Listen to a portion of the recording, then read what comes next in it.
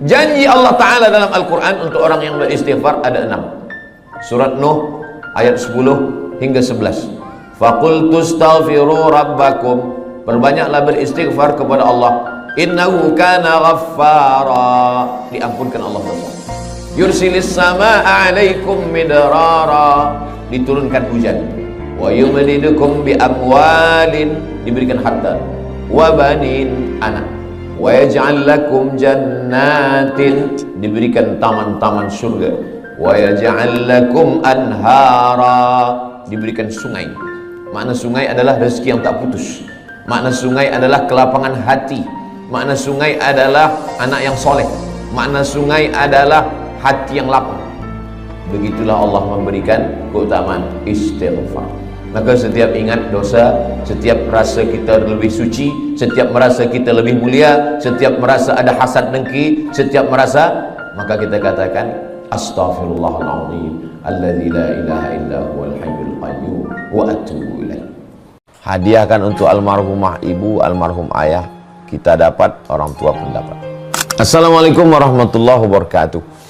Bapak, ibu, abang, kakak, adik, sahabat jamaah dimanapun berada, ma'akal tafa'afnaita, makanan yang dimakan berubah menjadi kolesterol, diabetes, jantung, gula, dan lain sebagainya. Wa malabista fa'ablaita, yang dibelikan ke pakaian, busuk, lapu, ketinggalan zaman. Wa matasaddaqta fa'amdaita, yang diwakafkan, disedekahkan, itulah yang akan kekal abadi. Rumah besar hanya menjadi kenangan, lapuk, berlumut, tumbang, tinggal.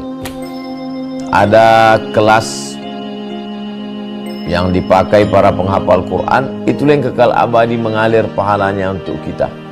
Hadiahkan untuk almarhumah ibu, almarhum ayah, kita dapat, orang tua pun dapat. Satu lantainya 4 kelas, totalnya 16 kelas, tempat santri belajar. Yang sekarang santri belajar di asrama. Asrama bisa dibuat kelas, tapi nanti pindahkan ke kelas semua. Mari kita support pembangunan, kirimkan semen, batu bata, kerikil, pasir, besi, dan lainnya. Berkah selalu, barakallahu fikum. Wassalamualaikum warahmatullahi wabarakatuh.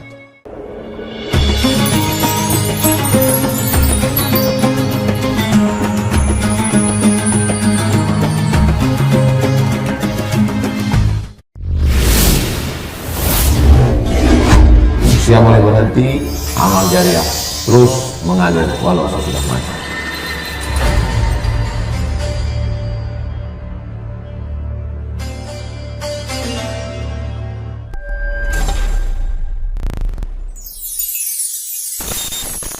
Assalamualaikum warahmatullahi wabarakatuh.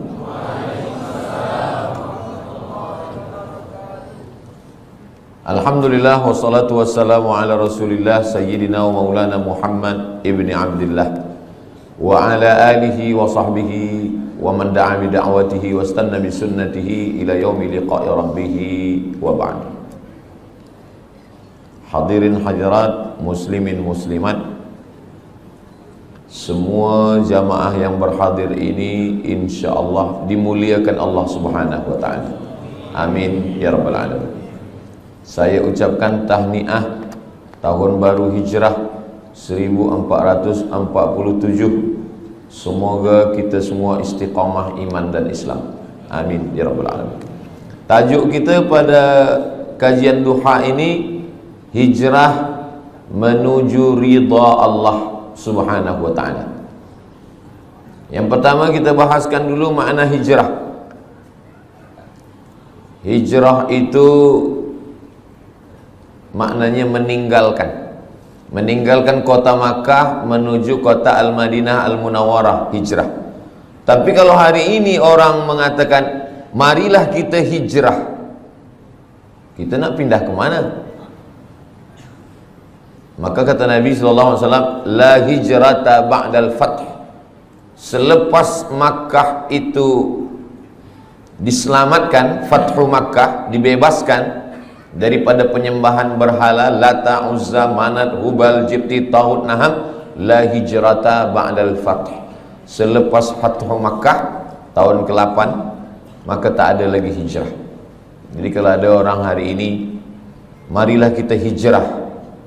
Ya, pagi ini saya hijrah dari Kuala Besut ke Macang. Malam tadi tazkirah di Kuala Besut. Meninggalkan Kuala Besut, sekarang saya di Macang. Hijrah, meninggalkan. Lalu siapa sebenarnya yang hijrah itu? Kata Nabi SAW, al-muhajir, orang yang hijrah adalah man hajara ma nahallahu anhu, orang yang meninggalkan semua yang dilarang Allah Subhanahu wa taala. Itulah orang yang hijrah. Jadi walaupun dia tiap-tiap tahun meninggalkan tahun 1446 tinggal. Sekarang 1447. 1447 tahun hadapan kita akan tinggalkan.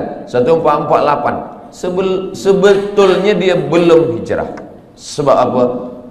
Belum meninggalkan yang dilarang Allah Subhanahu wa taala. Apa lagi yang dilarang Allah? Kita sudah meninggalkan khamar, kita tak ada minum khamar. Kita meninggalkan, maaf, zina, kita tak ada berzina.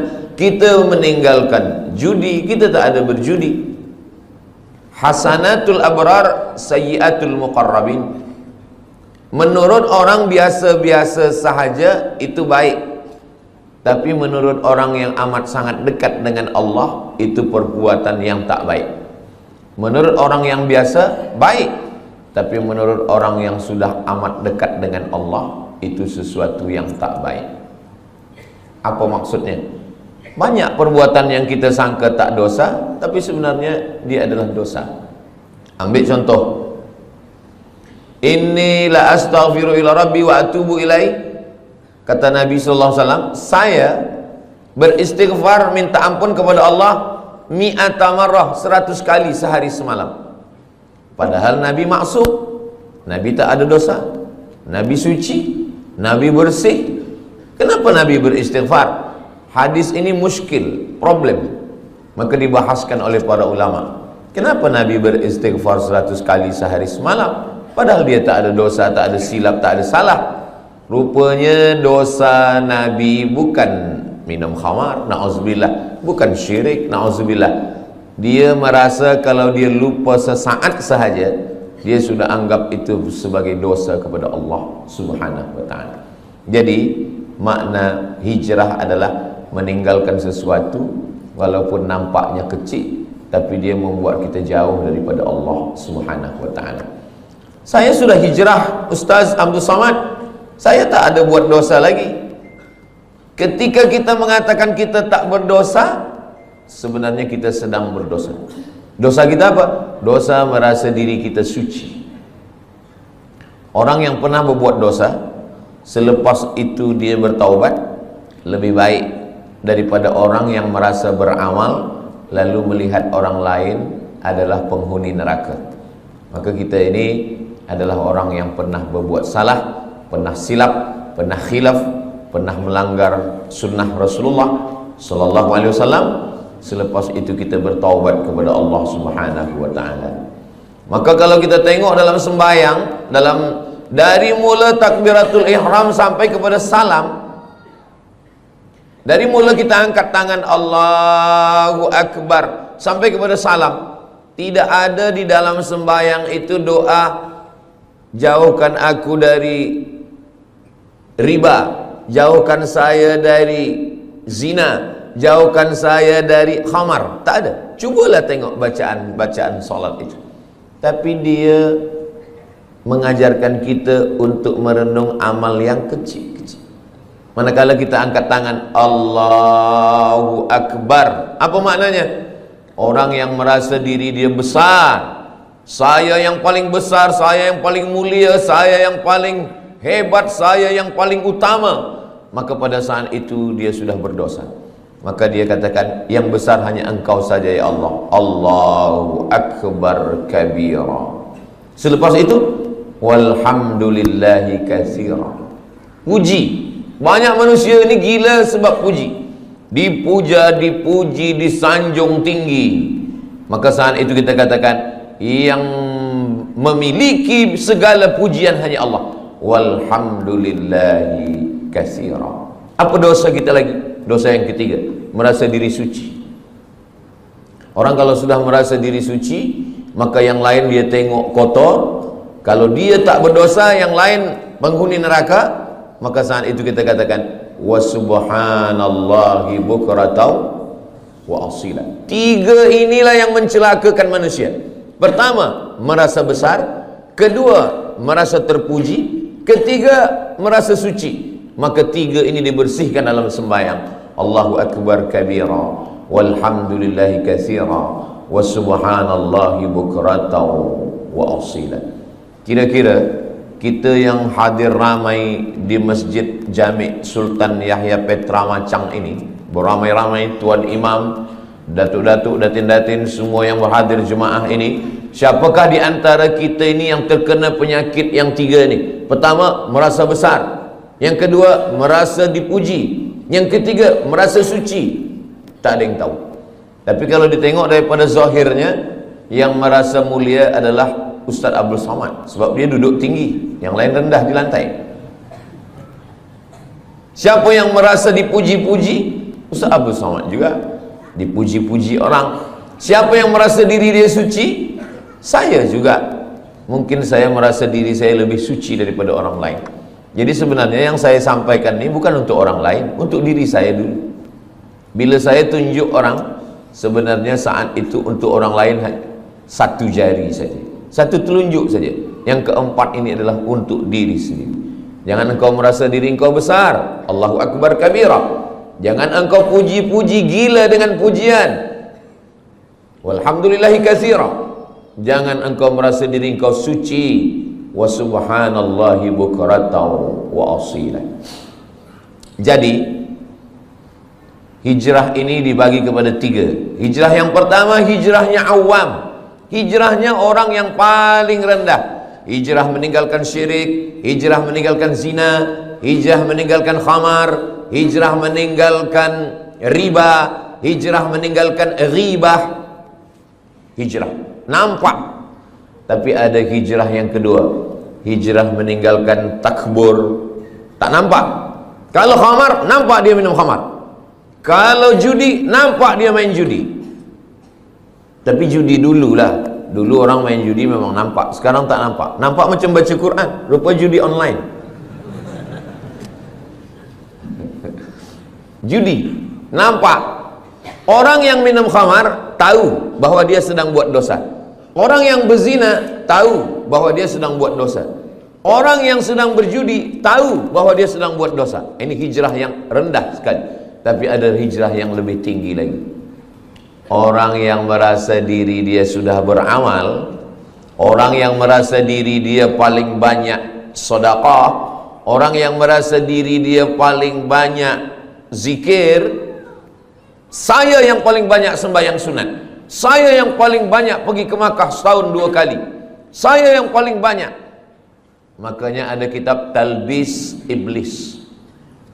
Iblis itu bila dia tak berhasil mengajak orang minum khamar, bila dia gagal mengajak orang berzina, bila dia gagal mengajak orang syirik, dia masuk dari pintu yang kedua. Apa itu?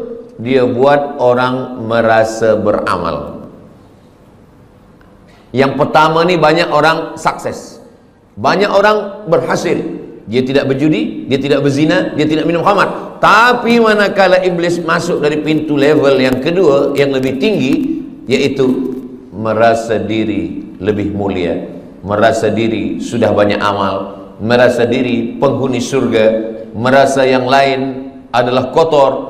Pada saat itu, apa kata Nabi SAW? Man kana fi qalbihi, siapa yang dalam hatinya mithqala habbatin min khardalin min kibrin, siapa yang dalam hatinya ada sombong, angkuh sebesar biji sawi, la yadkhulul jannah, tak masuk surga. Man kana fi qalbihi, siapa yang dalam hatinya mithqala habbatin min khardalin min kibrin, ada sombong, merasa diri lebih saja.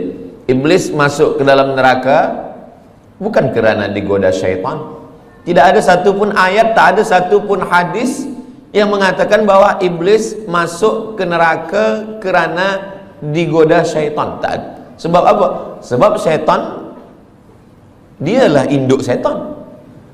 Macam mana setan nak goda dia? Iblis tidak pernah menyembah Lata, Uzza, patung, kayu, batu, hantu, tak ada. Iblis tidak menyembah apapun. Dia menyembah Allah. Lalu kenapa dia keluar daripada surga? Allah Ta'ala bertanya. Allah bertanya bukan Allah tak tahu. Allah Maha tahu.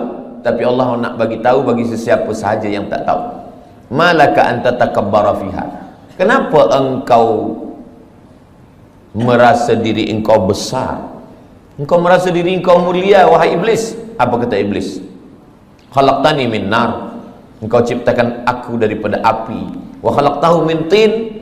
Adam engkau ciptakan daripada tanah. Ana khairum minhu. Saya lebih mulia daripada dia. Iblis dikeluarkan daripada surga bukan kerana minum khamar, bukan kerana berzina, bukan kerana menyembah berhala, bukan kerana perbuatan yang zahir, tetapi kerana perbuatan yang batin. Jadi hijrah kita adalah meninggalkan yang zahir. Selepas itu level yang kedua adalah meninggalkan yang batin. Hasad, dengki, busuk hati, merasa mulia, merasa lebih hebat, merasa banyak amal. Tapi ada yang lebih tinggi lagi, lalai mengingat Allah Subhanahu wa ta'ala. Wala takum minal ghafilin. Jangan jadi orang lalai. Itu maka bila kita semua gerak kita ini mesti cepat balik kepada Allah. Kenapa dalam Islam ni banyak betul doa. Nak makan, Allahumma barik lana fi ma razaqtana wa qina azabannar. Selepas makan, alhamdulillahilladzi at'amana wa saqana. Nak tidur, bismika Allahumma ahya wa amut. Jangan dibaca sekarang, boleh tertidur. Jaga daripada tidur. Alhamdulillahilladzi ahyana ba'da ma amatana wa ilaihin nusyur. Menengok muka di cermin, innalillahi wa inna ilaihi raji'un. Allahumma kama hassanta khalqi fahassin khuluqi. Kenapa banyak betul dalam Islam ni doa-doa? Naik kereta, subhanalladzi sakhkhara lana hadza wa ma kunna lahu muqrinin wa inna ila rabbina lamunqalibun. Bismillahi majriha wa mursaha inna rabbil ghafurur rahim. Kalau orang faham, sebenarnya setiap gerak kita mesti ingat kepada Allah Subhanahu wa ta'ala. Inilah hijrah level yang ketiga. Jadi kalau yang pertama mungkin kita dah tinggalkan semua yang haram-haram. Alhamdulillah Ustaz Somad, saya tak ada guna narkotik lagi, saya tak ada minum khamar, tak ada. Kenapa? Sebab tak ada yang jemput saya. Kalau free saya ikut juga. Na'udzubillah. Betul-betul lillahi ta'ala. Level yang kedua, bersihkan hati. Dia tak nampak lagi dosa-dosa yang tak nampak lagi, tapi dia ada dalam hati. Maka kata Nabi, ala fil jasadi mudghah. Di dalam badan ini ada seketul, ada segumpal, ada sekepal. Idza salahat salahal jasadu kullu. Kalau dia bersih, yang lain ikut bersih. Wa idza fasadat, kalau dia rosak, yang lain ikut rosak. Saya semalam bertolak daripada Pekanbaru Riau menuju Kota Baru. Masuk airport, kita lalu di pintu detektor. Kalau ada bawa besi atau bawa pisau, bawa apa, dia berbunyi. Dia berbunyi. Tak boleh lalu. Ustaz, jangan masuk dulu. Alhamdulillah. Kalaulah ada pintu macam itu juga, orang Jepun buatkan pintu detektor, tapi dia bukan untuk besi. Detektor untuk penyakit takbur.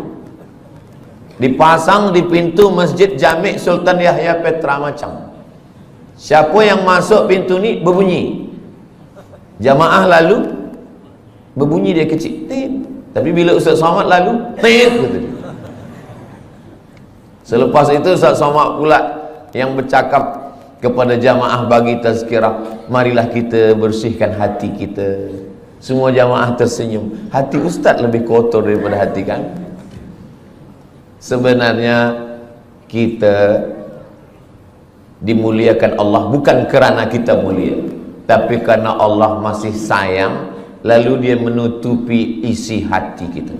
Cuba kalau Allah tak sayang, sekali kita sombong, Allah tumbuhkan satu tai lalat di muka kita. Mungkin muka kita ini dah hitam semua. Sekali kita merasa hasad, terus saja dinampakkan Allah secara zahir. Tapi Allah masih sayang dengan kita. Allah masih tutup aib kita. Allah masih sayang dengan kita. Allah tak nampakkan itu di hadapan manusia. Maka amalan yang paling elok adalah amalan istighfar. Astaghfirullahalazim alladzi la ilaha illa huwal hayyul qayyum wa atubu ilaih. Amalan yang lain boleh membuat orang sombong. Saya khatam Quran 1 hari 2 juzuk. Saya khatam Quran 1 bulan 10 kali. Boleh buat orang sombong. Saya profesor. Boleh buat orang sombong. Tapi amalan istighfar, makanya ada orang kadang istighfar saja amalannya, astagfirullahaladzim, astagfirullah. Tapi jangan sebab tazkirah ini dibalik-balik. Saya tak ingin kaji kita ini dibalik. Selepas ini bila ada orang, maksud saya, bila selama ini memang hafaz Quran, teruslah murajaah, jangan berhenti. Jangan sebab tazkirah Ustaz Abdul Samad ni, nanti petang balik dari masjid Jami' ni ditanya, awak tak baca Quran? Nanti kalau baca Quran ni kita boleh sombong. Jadi kita istighfar sahaja.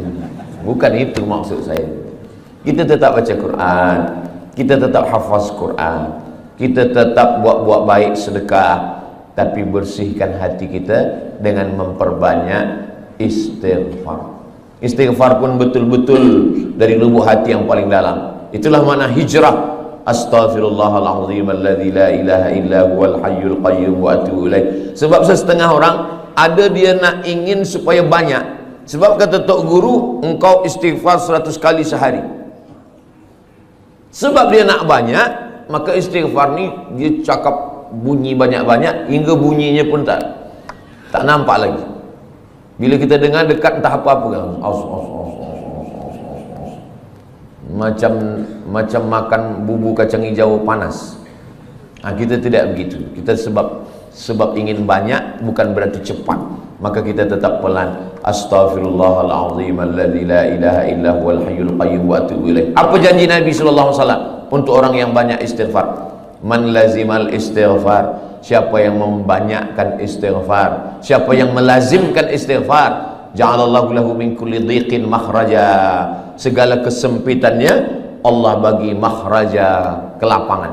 Wa min kulli hammin faraja. Segala kesusahannya dibagi Allah kebahagiaan. Wa razaqahu min haitsu la yahtasib. Diberi Allah rezeki dari jalan yang tidak disangka-sangka.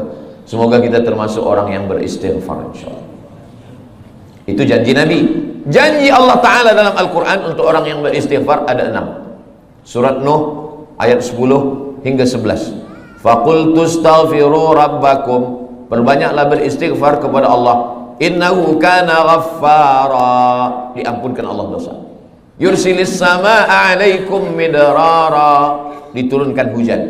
Wa yumdidukum bi amwalin, diberikan harta. Wa banin, anak. Wa yaj'al lakum jannatin, diberikan taman-taman surga. Wa yaj'al lakum anhara, diberikan sungai. Makna sungai adalah rezeki yang tak putus. Makna sungai adalah kelapangan hati. Makna sungai adalah anak yang soleh. Makna sungai adalah hati yang lapang. Begitulah Allah memberikan keutamaan istighfar. Maka setiap ingat dosa, setiap rasa kita lebih suci, setiap merasa kita lebih mulia, setiap merasa ada hasad dengki, setiap merasa, maka kita katakan astaghfirullahalazim alladzi la ilaha illa huwal hayyul qayyum wa atubu ilaih. Kalau kita tengok nabi-nabi itu, nabi-nabi itu dia tak ada minta. Di dalam 3 kegelapan, gelap malam, gelap laut, gelap perut ikan. Dalam gelap malam 1 gelap, dalam gelap laut 2 gelap, gelap perut ikan 3 gelap. Dan dia tak ada minta, keluarkan aku dari gelap ini, terangkanlah ya Allah. Tak ada. Apa doa? Apa minta dia? La ilaha illa anta subhanaka inni kuntu minaz zalimin. Anak kita pun hafaz. Cuma kadang kita lupa. Bila lampu padam, kita pun terkejut. Padahal kita hafaz. La ilaha illa anta subhanaka inni kuntu minaz zalimin. Banyak orang menghafaz doa, banyak orang menghafaz doa, tapi setakat menghafaz. Bila kita hanya menghafaz doa dan kita lupa bila peristiwa itu terjadi, maka kita lebih kurang macam burung yang boleh bercakap. Burung bila diajar dia bercakap, good morning, good morning, good morning. Pukul 5 petang pun bila kita datang, good morning juga dia kata. Sebab apa? Sebab dia menghafaz saja. Banyak orang menghafaz doa, tapi dia tidak berdoa. Banyak orang menghafaz zikir, tapi sebenarnya dia tidak berzikir. Maka makna zikir itu adalah mulut menyebut, hati mengingat, fikiran dengan penuh kesedaran. Mulut menyebut subhanallah, walhamdulillah, la ilaha illallah, wallahu akbar, afdalu dzikri fa'lam annahu la ilaha illallah. Lalu kemudian hati mengingat. Kalau mulut menyebut berbunyi, bersuara, lidah bergerak, tapi ketika hati tak ada bunyi, tak ada suara. Makanya kalau ada seseorang diam saja, itu dia sedang mengingat. Bila kita tanya, awak ingat siapa? Bini saya. Alhamdulillah, asal jangan bini orang, na'udzubillah. Allah Subhanahu wa taala ajarkan kita ini semua supaya apa? Supaya kita hijrah. Hijrah daripada lalai kepada zikir, hijrah daripada syirik kepada tauhid, hijrah daripada maksiat kepada taat. Maksiatnya ada yang zahir, maksiat ada yang batin, dan maksiat ada yang paling halus sekali adalah lalai. Kenapalah Allah bagi saya sakit, Ustaz Abdul Samad? Padahal saya ni kalau sihat, saya boleh membina masjid. Kalau sihat, saya boleh menolong anak yatim. Saya ni baik kalau sihat, tapi kenapa saya sakit? Kalau kamu sihat, kamu bersama nikmat Allah. Tapi kalau kamu sakit, kamu bersama Allah. Orang kalau sedang sihat, dia bersama nikmat Allah. Tapi kalau sedang sakit, dia sedang bersama dengan Allah. Allah ingin antara dia dengan hambanya tidak lagi ada penghalang. Nikmat pun boleh menjadi penghalang. Makanya Nabi Muhammad SAW, apa kata Allah Ta'ala? Yas'alunaka 'anil khamri wal maisir. Kalau mereka bertanya kepada engkau tentang khamar dan judi, qul, katakan ya Muhammad sallallahu alaihi wasallam, yas'alunaka 'anil ahillah. Kalau mereka bertanya kepada engkau tentang anak bulan, bulan hilal, bulan sabit, qul, katakan ya Muhammad sallallahu alaihi wasallam, yas'alunaka madza yunfiqun. Kalau mereka bertanya kepadamu tentang apa yang disedekahkan, qul, katakan ya Muhammad sallallahu alaihi wasallam. Tapi bila tentang zikir, wa idza sa'alaka ibadi anni, kalau hambaku bertanya kepada engkau tentang aku, tak ada Allah mengatakan katakan ya Muhammad, tidak. Tapi Allah terus saja berkata, wa idza sa'alaka ibadi anni fa inni qarib, aku dekat. Apa kata ahli tafsir? Allah ingin supaya antara kita dengan Allah tak ada sempadan, tak ada perantara, tak ada penghalang, tak ada apapun, supaya kita ingat kepada Allah. Jadi kalau kita dah buat baik, kita dah hijrah, kita dah taubat, tapi kita tetap juga dibagi Allah sakit, sebenarnya Allah ingin supaya kita sujud lebih lama, supaya kita mulut lebih banyak berzikir, supaya kita berdoa tangannya mengangkat ke atas, supaya kita melelehkan air mata. Orang kalau hidupnya senang, kenyang, tenang, biasa doa biasa-biasa saja. Tapi kalau dia sedang susah, payah, maka doanya lebih khusyuk. Orang kalau hidupnya senang, tenang, kenyang, doa biasa saja. Kadang doa pun tangan di atas kaki. Kalau ada orang berdoa tangan di atas kaki, itu sama maknanya nak bagi-bagilah ke tidak pun tak apa. Tapi kalau Nabi, cubalah tengok macam mana Nabi berdoa malam perang Badar. Nabi pada malam perang Badar, tarikh 2 hari bulan Ramadan, pada saat itu Allah 17 Ramadan, Yaumal Furqan, Yaumal Taqal Jam'an, 17 Ramadan, Nabi SAW pada tahun kedua, kena 2 hijrah, Nabi SAW mengangkat kedua tangannya. Dan ketika itu Nabi meletakkan surbannya di bahunya. Datang angin kencang, jatuh. Biasa orang kalau surbannya jatuh, dia angkat surban dulu. Tapi Nabi tetap. Datang Sayyidina Abu Bakar Siddiq. Hasbuka ya Rasulullah, cukuplah itu ya Rasulullah. Nabi tetap juga berdoa kepada Allah Subhanahu wa ta'ala. Jadi hijrah ini betul-betul kita hijrah, bukan setakat pindah dari tahun 1446, tapi kita pindah kepada tahun 1447, meninggalkan semua yang dilarang Allah Subhanahu wa ta'ala. Hijrah.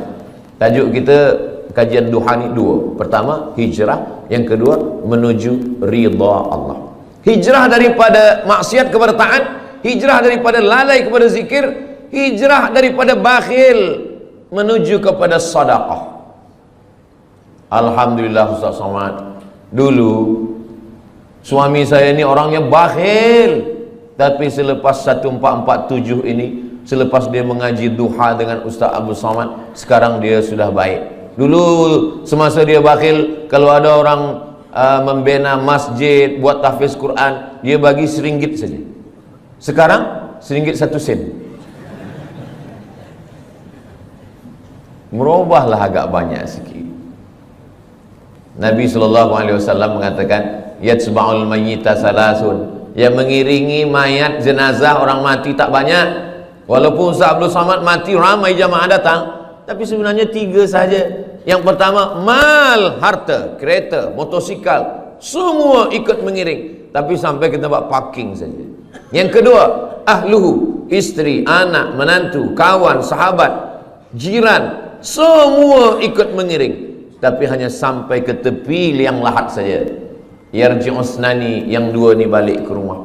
Wa yabqa wahidun, yang kekal, yang tinggal hanya 1. Wa amaluhu amal. Dan di antara amal yang banyak ini, ada haji, ada umrah, ada zikir, ada hafaz Quran, ada baca Quran. Di antara 3 amal-amal yang banyak pun, di antara amal itu, orang-orang mati itu kalau ditanya dia, wahai mayat-mayat, wahai jenazah-jenazah, wahai orang mati, maukah kamu hidup lagi? Dalam Al-Quran Allah Ta'ala bercerita khas untuk itu. Orang mati itu menjawab, laula akhartani ila ajalin qarib, ya Allah, kalau engkau bagi kami hidup lagi, bagilah kami hidup lagi ya Allah, qarib, kejap, sikit saja, 1 minit, 1 second pun boleh engkau bagi hidup kami. Kata Allah Ta'ala, kalau aku bagi kamu hidup, kamu nak buat apa? Mereka tak ada cakap kami nak buat haji, tak ada. Kami nak buat umrah, tak ada. Kami nak buat sembahyang, tak ada. Lalu Allah tanya, kamu nak buat apa kalau aku bagi hidup? Fa'as-saddaqa, kami ingin bersedekah. Kami ingin bersedekah. Maka hijrah maknanya dari bakhil kepada sedekah. Mari kita lancarkan kutipan derma. Sebenarnya saya nak masukkan ini bagi tujuan sumbangan pembangunan Ma'had Tahfiz Al-Quran dan tabung pengimarahan Masjid Sultan Yahya Petra Macang. Jadi nanti bila dah tegak berdiri Ma'had Tahfiz Quran, anak-anak kita menghafaz, membaca Quran pagi, petang, siang, malam, zuhur, asar, maghrib, isyak, subuh, tahajud, witir, duha, mengalirlah pahalanya untuk kita semua hingga hari kiamat insyaAllah. Isikan ke jangan saya yang isi, bawakan kepada semua jamaah, supaya itu akan menjadi amal jariah yang akan menjadi bekal kita nanti menghadap Allah Subhanahu wa ta'ala. Kemana duit ringgit tadi? Hilang pula. Iya, bagi masuk. Duit yang banyak, lama hidup banyak dirasa, jauh berjalan banyak ditengok. Saya dah pergi ke mana-mana tempat, belum pernah. Saya dah pergi ke Sabah, saya pergi ke Sarawak, saya pergi ke Miri, saya pergi ke Terengganu, saya ke Selangor, saya ke Johor, Kuala Lumpur. Belum pernah saya tengok orang Malaysia meninggal membawa ringgit. Ma akal tafa'afnaita, yang dimakan busuk, wa ma labista fa ablaita, yang dipakai lapuk, wa ma tasaddaqta fa amdaita, yang disedekahkan untuk ma'had tahfiz Quran Masjid Jami' Sultan Yahya Petra Macang, inilah yang akan kekal abadi hingga hari kiamat nanti insyaallah. Amin ya rabbal alamin. Rumah besar yang kita tinggalkan bila kita mati, habis, diambil semua oleh ahli waris, anak kita, cucu kita, semua bertukar, sijil-sijil semua hilang. Kita pun akan menjadi sesuatu yang terlupakan, orang tak ingat lagi dengan kita. Tapi ma'had tahfiz ini insyaallah semua budak-budak akan belajar membaca Quran, berzikir, belajar sembahyang. Nanti dia pula akan mengajar anak dia, isteri dia, murid-murid dia. Itulah yang boleh menolong kita di hadapan Allah. Niatkan sedekah ini untuk almarhumah mak saya, almarhum ayah saya. Jadi boleh dapat dua-dua. Kita dapat, orang-orang tua kita pun dapat. Datang sahabat Nabi namanya Sa'ad, berjumpa kepada Nabi Muhammad sallallahu alaihi wasallam. Ya Rasulullah, ummi matat, mak saya sudah meninggal dunia. Afa atasaddaqu anha? Kalau saya bersedekah, sampaikah sedekah ini kepada almarhumah mak saya? Kata Nabi sallallahu alaihi wasallam, tasaddaq, bersedekahlah. Itu dalil bahwa sedekah ini sampai. Ayu sadaqatu afdal? Apa sedekah yang paling afdal? Kata Nabi, suqiya al-ma, memberi air minum. Kalau air minum saja sampai, apalagi kelas tahfiz. Kalau air minum saja sampai, apalagi gedung binaan yang tinggi, 2 aras, 3 aras, 4, budak-budak boleh belajar sembahyang. Maka insyaallah itu menjadi cahaya sesuai dengan doa kita, Allahumma ja'al kuburahum raudatan min riyadil jinan, jadikan kuburnya salah satu daripada taman-taman surga insyaallah. Amin ya rabbal alamin. Kalau saya bacakan Al-Fatihah untuk almarhumah mak saya, ayah saya, maka automatically sampai. Tapi kalau saya nak bacakan Al-Fatihah untuk orang lain, saya mesti sebutkan ila ruhi fulan bin fulan, fulanah binti fulan. Itu maka bila malam tahlil kita baca ila arwahi fulan bin fulan wa fulanah binti fulan. Sebab apa? Sebab orang lain. Sebab sebenarnya tak ada hubungan nasab. Tapi sedekah, siapa dulu yang berwakaf tanah masjid ni, siapa yang membina masjid ni, saya tidak perlu menyebutkan untuk fulan bin fulan. Kenapa? Itulah beza sedekah dengan bacaan Al-Quran. Begitu juga dengan amal-amal yang sedekah ini. Semua orang yang bersedekah, membina masjid, tahfiz Quran, tanpa dia sebutkan namanya, maka kita semua yang ada di masjid ini, dari mulai tahiyatul masjid, solat duha, subuh tadi, zuhur, asar, maghrib, isya, sampai hari kiamat, mengalirlah pahala dia. Sebenarnya kalau kita pikir-pikir, kita ini lebih lama di atas tanah atau di dalam tanah? Imam Syafi'i lahirnya di Gaza. Gaza sekarang, Gaza. Mudah-mudahan Allah menolong saudara kita di Gaza. Imam Syafi'i lahir di Gaza tahun 150. Meninggalnya di Mesir, di Kahirah tahun 204. Lahir 150, meninggal 204. Jadi kalau begitu Imam Syafi'i di atas tanah ini berapa lama? 54 tahun sahaja. 54 tahun. Tak sampai umur Nabi 63 tahun. Imam Syafi'i lebih lama dia di atas tanah, hanya 54 tahun. Imam Syafi'i meninggal tahun 204. Hari ini sudah 1447. Maknanya Imam Syafi'i di dalam tanah, di alam barzah, sudah lebih 1200 tahun. Tapi Imam Syafi'i amal dia tak putus. Malaysia, Patani, Brunei Darussalam, Moro Filipina, Indonesia, Yaman, Mesir, Iraq, Jordan, semua bermazhab Syafi'i. Jadi kalau kita tengok jam, itu setiap detik, itu setiap second, itu orang menyebut Syafi'i, Syafi'i, Syafi'i, Syafi'i, Syafi'i, Syafi'i. Dari mana kita tahu sembahyang? Dari perukunan Melayu. Perukunan Melayu itu diambil daripada mana? Dari kitab Sabilal Muhtadin Syekh Muhammad Arsyad Al-Banjari. Sabilal Muhtadin diambil dari mana? Dari kitab-kitab fiqh mazhab Syafi'i. Kitab fiqh mazhab Syafi'i yang paling kecil Matan Taqrib, yang agak besar Fathul Qarib, yang lebih besar I'anatul Talibin, yang lebih besar Kanzur Raghibin Mahalli, yang lebih besar lagi Al-Majmu' Syarah Muhazzab Imam Nawawi. Imam Nawawi itu siapa? Imam Nawawi imam besar kedua dalam mazhab Syafi'i. Imam Nawawi dapat ilmu dari mana? Dari guru-guru dia, sampailah kepada Imam Al-Muzani, sampai kepada Imam Al-Buaiti, sampai kepada Imam Rabi'. Lalu kemudian Imam Buaiti, Imam Muzani, Imam Rabi' ini dapat Al-Muradi dapat ilmu dari mana? Mereka belajar kepada Imam Syafi'i. Tadi saya sarapan makan pagi di hotel. Selepas itu datang seorang, muka dia saya tengok macam Arab.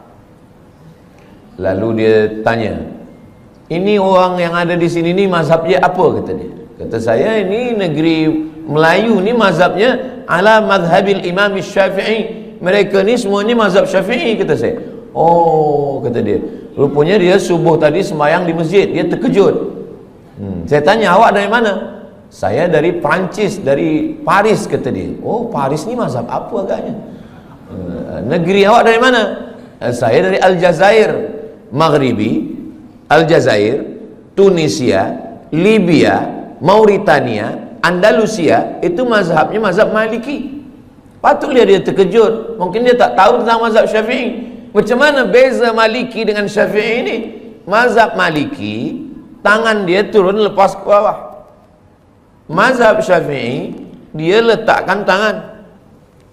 Maliki lepas ke bawah. Mazhab Maliki tak ada baca bismillah, terus saja alhamdulillah, Allahu Akbar, alhamdulillahi rabbil alamin.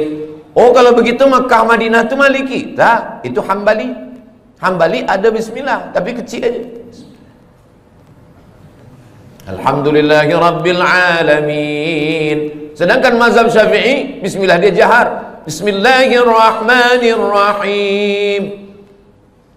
Subuhnya mazhab Syafi'i berkunut selepas rukuk. Sami'allahu liman hamidah, Allahumma hdina fi man hadait. Maliki kunut dia selepas ayat sebelum rukuk. Qul huwallahu ahadunillahus samadu lam yalid wa lam yulad wa lam yakul lahu kufuwan ahad. Kunut dia tak berbunyi. Mazhab Syafi'i kunut dia setengah berbunyi, setengah sir. Mazhab Maliki kunut dia tak berbunyi semua. Mazhab Hambali tak berkunut. Kalau suami saya Ustaz Abdul Somad, dia tak berbunyi, tak berkunut dan tak sembahyang. Itu mazhab Abu Lahab lah. Saya ingin nak sampaikan, walaupun Imam Syafi'i duduk atas dunia ni 54 tahun, tapi amal dia 1200 tahun sampai hari kiamat. Orang masih tetap waqala al-Imam Syafi'i, waqala al-Imam Muhammad bin Idris Asy-Syafi'i. Kita, apa yang boleh kita tinggalkan? Meninggal kita hari ini, esok orang dah lupa dengan kita. Kita hidup sekarang, 3 hari kita tak isi status di FB, orang dah lupa dengan kita. Itu maka lepas program ini nanti kita status. Supaya apa? Supaya kita saling mengingatkan, watawasau bil haq watawasau bis sabr. Saya cuma nak mengingatkan bahawa imam-imam yang mulia-mulia itu, mereka sudah meninggalkan amal. Kita, apa yang nak kita tinggalkan? Inilah yang kita nak tinggalkan. Ma'had Tahfiz Quran Masjid Jami' Sultan Yahya Petra Macang. Kalau nanti tegaklah binaan Tahfiz Quran ini, Ustaz Abdul Somad balik ke Pekanbaru Riau. Ustaz Abdul Somad bukan orang Kelantan. Ustaz Abdul Somad duduk kat Sumatera, bukan Semenanjung, tapi pahalanya tetap sampai. Mudah-mudahan Ustaz Abdul Somad dapat juga pahalanya, insyaAllah. Dari bunyi aminnya nampaknya kurang bersetuju. Amin ya rabbal alamin. Tajuk kita kajian duha ini dua. Yang pertama hijrah, yang kedua menuju ridha Allah. Hijrah kita dah bahas, sekarang kita bahas tentang ridha Allah. Apa ridha ini? Ridha ini, kata ulama, makna ridha adalah sururul qalbi bimururil qada. Itulah ridha. Sururul qalbi bimururil qada. Hati merasa senang ketika takdir Allah berlaku pada diri. Itulah dia ridha. Hati senang ketika takdir Allah berlaku pada diri. Saya sudah pikir-pikirkan, sembayang insya Allah kita boleh, puasa insya Allah kita tahan, keluar duit pergi haji, tawaf, sa'i, wukuf di padang Arafah, mabit di Musdalifah, Mina, melontar jumrah, insya Allah kita sanggup. Diri saya sendiri, yang paling berat dalam ajaran Islam ini adalah ridha. Ridha inilah yang paling berat. Maka saya jarang sekali membahaskan tentang ridha, sebab ridha ini berat. Tapi bila saya sampai ke masjid Jami' ini, saya tanya Tuan Imam, Tuan Imam, apa tajuk kita? Hijrah menuju ridha Allah. Ini mesti saya sampaikan, tak boleh tak disampaikan.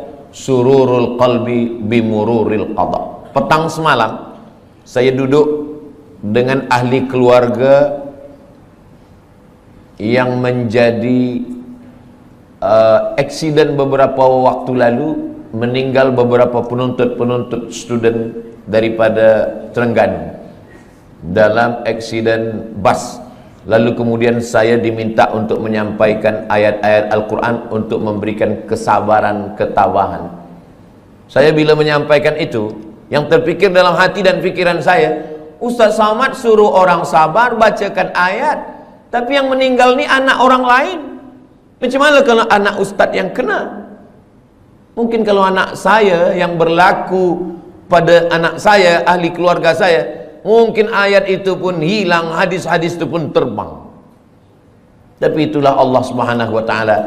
Maka dia suruh ketika orang lain yang kena musibah, kita yang memberikan kesabaran. Ketika ada dua orang perempuan, seorang perempuan ni anak dia meninggal, datanglah jiran dia mengatakan, sabar, engkau sayang pada anak engkau, Allah lebih sayang. Allah pinjamkan anak itu kepada engkau setahun, 2 tahun, lepas tu dia ambil. Sabar ya, sabar. Lalu jiran dia ni pun sabar. Rupanya tak lama selepas itu anak dia pula meninggal. Menangis dia lebih kuat lagi. Rupanya kita ni paling senang adalah menasihati orang lain. Tapi bila kita yang terkena, suatu ketika Nabi lalu dikubur. Masa Nabi dilalu dikubur tu, rupanya ada seorang perempuan sedang berziarah di kubur anaknya. Kata Nabi, sabar, sabar ya, kata Nabi. Dia marah. Apa kata dia? Alaika anni innaka lam tusab bi musibati. Pergi engkau sana, jangan suruh saya sabar. Engkau mengatakan suruh sabar, sabar tu sebab engkau tak kena musibah macam saya. Pergi sana. Selepas itu orang bagi tahu dia, kamu tahu tak siapa yang kamu halau tadi? Tidak, itu Nabi. Lepas itu dia pun pergi jumpa Nabi SAW. Ya Rasulullah, maafkan saya. Saya tadi memang tersilap, terlupa, saking susahnya hati saya, saking kan sedihnya hati saya, anak saya meninggal, maka saya halau engkau ya Rasulullah. Kata dia, sekarang saya dah sabar ya Rasulullah. Apa kata Nabi? Innamas sabru fis sadmatil ula. Sabar itu pada pukulan yang pertama. Pada saat kita terpukul yang pertama, disitulah nampak mana yang ridha, mana yang tidak. Mudah-mudahan kita dibagikan Allah keridhaan insyaAllah. Ustaz, pernahkah mengalami musibah? Ya, saya ikut exam untuk menjadi pensyarah. Dari mula bawah saya dah ikut. Dia tanya mana sijil BA, nih sijil BA daripada Azhar. Mana sijil master, nih sijil master daripada Darul Hadis Al-Hasaniyah Maghribi. Berapa tulis dulu tesis? Nih, saya tulis Rijalul Muwatta' was Sahihain alladzina dha'afuhumun Nasa'i fi kitabid du'afa wal matrukin jam'an wa dirasatan. Nih, selepas itu semua dah okey, selepas itu temu bual. Dia tanya, awak baru balik dari Maghribi? Ya. Nak jadi pensyarah? Ya. Dah berapa lama mengajar? Belum ada sebab baru balik lagi. Tinggal berdua saja. Yang akan menjadi pensyarah ni seorang saja, dan kami berdua. Saya berharap, ya Allah, sayalah yang jadi pensyarah ni, ya Allah, tolonglah ya Allah. Kalau saya jadi pensyarah ni, saya nak tolong mak saya nak senangkan dia, saya nak bawa dia ke Mekah, saya nak balas budi baik dia, tolonglah ya Allah. Rupanya takdir berkata lain. Kawan saya kirim, masa tu belum ada WhatsApp lagi, kirim SMS, Abdul Somad, engkau tidak lolos menjadi pensyarah. Saya turun, rasa-rasa tanah tu lembut macam dodol, rasa-rasa tanah tu macam berlumpur, lunak dipijat. Begitulah rupanya. Jadi saya pun menyampaikan sururul qalbi bimururil qada, ini kata ulama, bukan kata saya. Kalau kata saya, memang berat menjalani ridha, menerima takdir Allah SWT. Seorang pemuda datang, saya dah doakan lama supaya berjodoh menikah dengan dia dalam tahajud saya, ya Allah. Tiba-tiba saja datang jemputan, barakallahu lakuma wa baraka alaikuma wa jama'a bainakuma fi khair. Macam mana ni Ustaz Abdul Somad? Tentu saya nak kuatkan hati dia. Kuatkan hati kamu. Bunga bukan setangkai, kumbang bukan seekor, patah tumbuh hilang berganti, hilang satu tumbuh seribu. Oh, dia boleh kuat. Saya kuat Ustaz. Tiba balik di rumah, meleleh air mata, hancur berkeping. Saya nasihatkan kepada pemuda-pemuda belia-belia, maka lapangkan hati, pandang jauh dunia. Dunia ini, jangan menjadi pemuda belia berkata, engkaulah perempuan satu-satunya. Itu bohong, dusta. Begitu banyak perempuan. Saya saja, saya yang udah tua macam ini, yang umur sudah 48 tahun, lahir 18 hari bulan Mei 1977, udah tua, kurus, hitam. Cubalah tengok di komen-komen Instagram, di YouTube tuh, masih ada orang tulis, Ustaz Abdul Somad, jadikan saya yang kedua ya. Saya nak bagi tahu supaya dunia ini bukan sempit betul. Dunia ini sebenarnya lapang. Lalu yang membuat dunia ini sempit siapa? Kita sendirilah yang membuat dunia ini sempit. Dunia ini adalah apa yang ada dalam fikiran kita. Makanya Nabi Musa dengan Nabi Muhammad SAW itu beza. Kalau Nabi Musa itu dia berdoa, Rabbi syrahli sadri, lapangkan dadaku, wa yassirli amri, mudahkan urusanku, wahlul uqdatan min lisani, lancarkan lisanku, yafqahu qauli, supaya orang faham apa yang aku sampaikan. Tapi Sayyidina Muhammad SAW, dia belum berdoa, Allah dah bagi. Apa kata Allah? Alam nashrah laka sadrak, sudah aku lapangkan dadamu. Maka saya dua-dua ini saya pakai, Rabbi syrah li sadri wa yassir li amri wahlul 'uqdatam min lisani yafqahu qawli. Tapi yang untuk Nabi Muhammad pun saya baca juga, alam nashrah laka sadrak wa wada'na anka wizrak alladhi anqadha dhahrak wa rafa'na laka dhikrak. Dua kali Allah ulang, fa inna ma'al usri yusra. Sekali lagi, inna ma'al usri yusra. Kenapa diulang dua kali? Kata ahli tafsir, at-tikrar lit-taukid. At-tikrar, diulang-ulang itu lit-taukid, untuk menekankan makna. Esok kabar-kabarnya Ustaz Somad datang ke Masjid Jami' Sultan Yahya Petra Macang. Betul. Tapi dia ragu, dia tanya lagi, betul kah Ustaz Somad? Betul, betul, betul. Dia ragu, dia tanya 3 kali, betul kah Ustaz Somad esok datang? Wallahi, tallahi, billahi, dia datang. Rupanya betul-betul datang. Jadi pengulangan itu maka diulang Allah. Fabi ayyi ala'i rabbikuma tukadziban.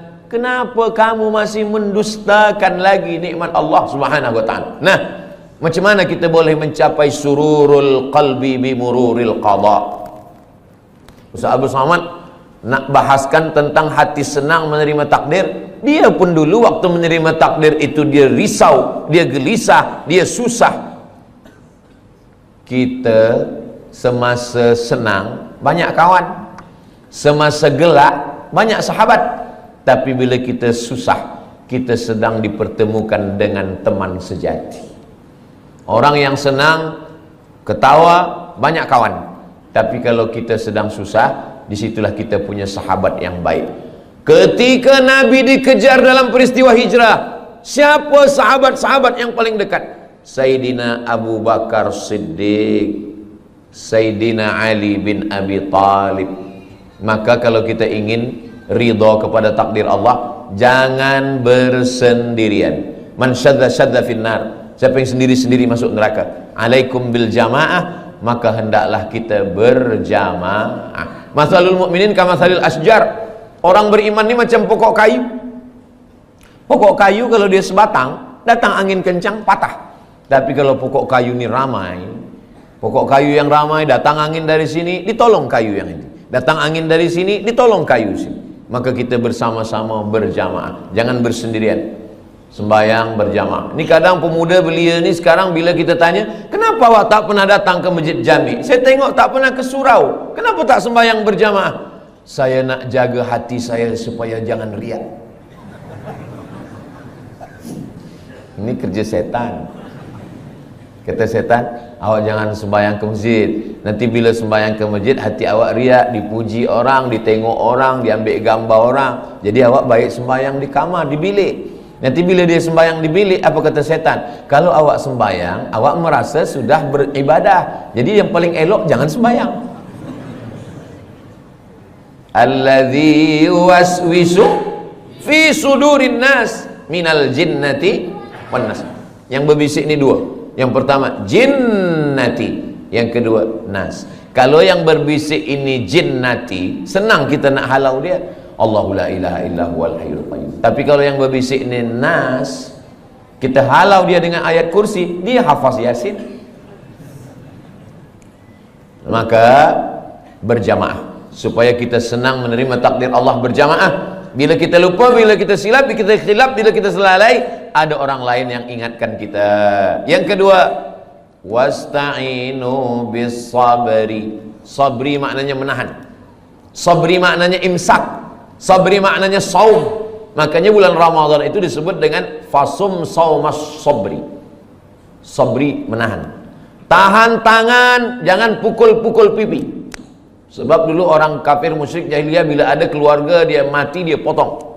Rupanya sekarang ni saya tengok ada video, ada satu suku di Afrika ke di mana, bila ada keluarga yang mati, kita mesti sedih seperti mati. Maka bila ada keluarga yang mati, jari ni mesti dipotong.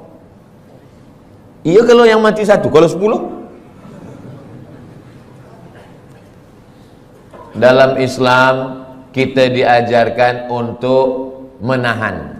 Tahan pipi, jangan dipukul. Tahan tangan, jangan menarik. Sebab dulu bila ada orang meninggal, menarik-narik rambut, mencakar-cakar muka. Syukur kalau yang ditarik rambut dia. Kalau rambut orang lain, wasyaqal juyub, mengkoyak-koyak baju. Jangan sampai. Maka kita tahan tangan. Lisan, mulut. Kenapa ayah saya, kenapa mak saya, kenapa isteri saya, kenapa suami saya? Tahan mulut. Maka mulut istirja. Inna lillah wa inna ilaihi raji'un. Hati berzikir. La ilaha illallah subhanallah walhamdulillah wa la ilaha illallah wallahu akbar. Lalu kemudian bisabri, menahan. Tapi ada yang tak boleh ditahan. Air mata tak boleh ditahan. Air mata meleleh. Meninggal anak Nabi umur 18 bulan, anak lelaki. Nabi tak ada anak lelaki. Qasim meninggal, Sayyidina Abdullah meninggal, Zainab meninggal, Ruqayyah meninggal, Ummu Kulthum meninggal. 3 anak perempuan meninggal. Sayyidatuna Fatimah meninggal 6 bulan selepas Nabi meninggal. Abdullah meninggal, Al-Qasim pun meninggal. Tiba-tiba senangnya hati Nabi, lahir anak lelaki dari perempuan dari Mesir, namanya Maria Al-Qibtiyah, umur 18 bulan meninggal. Siapa yang punya anak 18 bulan, sedang comel-comelnya, sedang elok-eloknya, sedang sayang-sayangnya, meninggal, menangis Nabi. Datang sahabat bertanya, "Ama tarda ya Rasulullah?" Apakah engkau tidak ridha ya Rasulullah? Kata Nabi, saya ridha. Kalau engkau ridha, kenapa menangis? Kata Nabi, ini air mata kasih sayang. itu maka menangis boleh. Ada perempuan menangis, lalu kemudian Abu Bakar marah. Jangan menangis, kata Abu Bakar. Kata Nabi SAW. Kata Umar, jangan menangis, kata Umar. Kata Nabi SAW, da'hunna ya Umar, biarkan mereka. Yang tak boleh itu meratap, yang tak boleh itu meraung. Adapun melelehkan air mata, maka itu adalah air mata kasih sayang.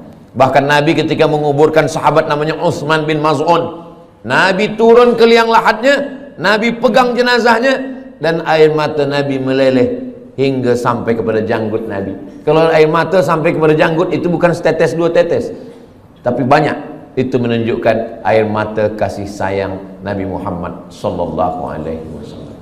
Bila nanti jamaah yang ada di Macang mendapatkan berita Ustaz Abdul Somad meninggal, jangan datang ke Riau, jangan datang ke Pekanbaru, jangan datang melawat menengok jenazah saya. Kenapa macam tu Ustaz? Sebab tangan saya tak boleh menghapus air mata. Tapi kalau nampak-nampaknya saya ni lebih kurus, saya ni lebih tua, mungkin kalau masalah mati ni nampaknya saya lebih dulu. Janganlah macam tu Ustaz, kami ingin Ustaz sihat, lebih lama tazkirah. Maksudnya saya lebih dulu mengiring jenazah awak. Mati mana ada kita tahu. Orang mati itu bukan kerana dia berperang, orang mati bukan kerana dia naik kereta.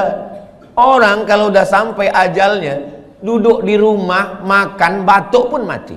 Itulah punca daripada tauhid. Tapi kalau manusia berpikir, kalaulah dulu dia tak pergi, kalaulah dulu dia begini, kalaulah dulu dia tak minum, kalaulah dulu dia tak banyak makan, kalaulah dulu, kalau. Itulah yang merosakkan fikiran manusia. Satu kalau akan disusul oleh, kalaulah dulu dia tak banyak minum gula, kalaulah dulu dia tak makan kambing, kalaulah dulu dia tak makan roti, kalaulah dulu dia tidak. Padahal yang tak makan pun mati juga. Maka sebenarnya kulu, makanlah, wasrabu, minumlah, wala tusrifu, jangan mubazir, jangan melampau, jangan berlebih-lebihan. La ta'tadu, jangan melampau. Innallaha la yuhibbul mu'tadin, Allah tak suka pada orang yang melampau. Lalu kemudian bagaimana cara supaya kita ini boleh ridha?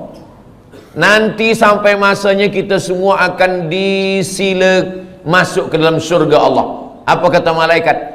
Apa kata Allah? Wasiqal ladzina taqaw rabbahum ilal jannati zumara. Mereka semuanya akan dibawa masuk ke dalam surga. Begitu mereka sampai di surga, apa kata malaikat? Salamun qawlam mir rabbir rahim. Apa kata malaikat?